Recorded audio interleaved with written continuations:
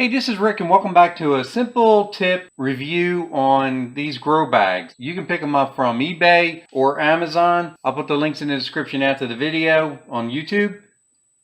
But you've probably seen these all over the place. They're just regular fabric grow bags. This is the 3-gallon one.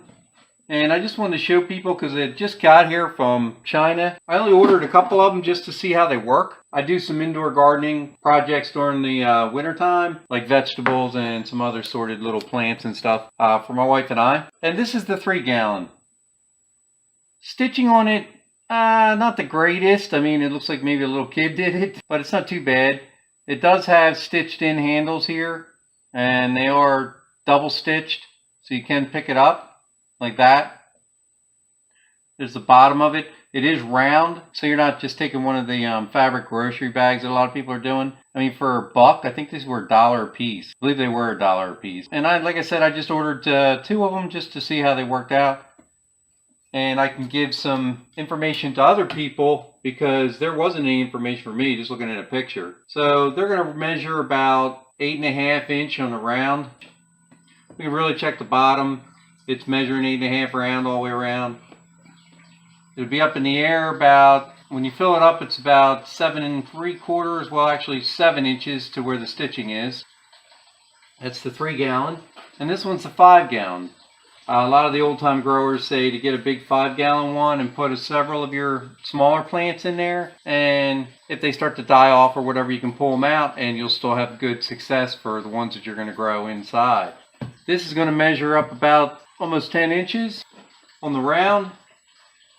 About 10 inches, so it's about a 10 by 10 pot.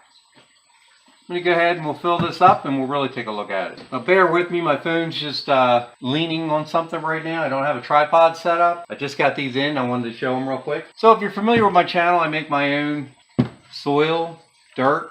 This is consistent of sphagnum peat moss, some perlite, and some organic compost. I also do red wiggler worms, so there's some castings in there also. But you can see how nice and light and airy that is. So I believe that'll make a nice soil. Here's my upgraded grow light that I built. If you didn't see that video, check that video out. I'll put some links to some of the videos I have. So let's go ahead and fill our 5-gallon. Now we've got some splicing of some plants we're going to try to do.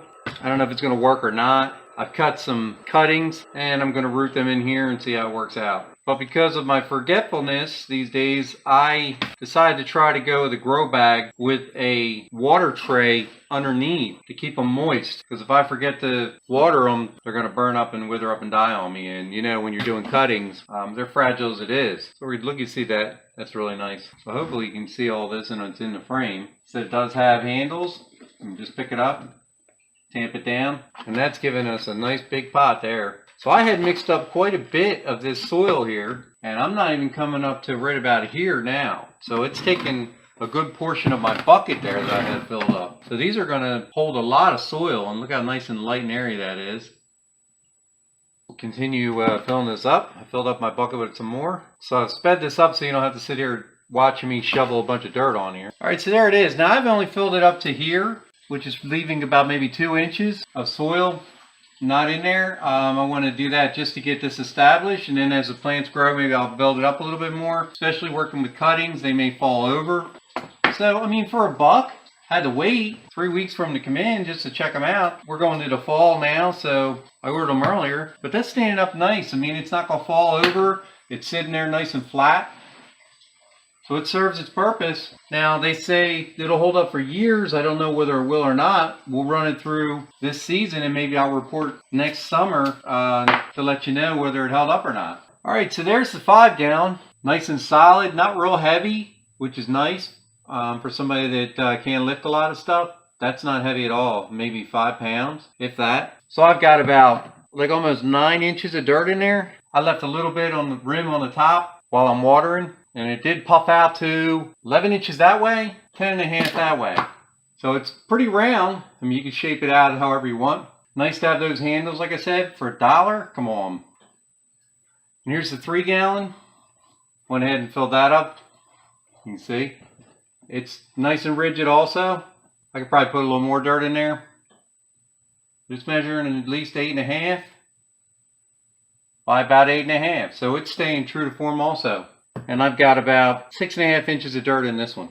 So hey, that's it. That's my review on these cheap fabric pots from China.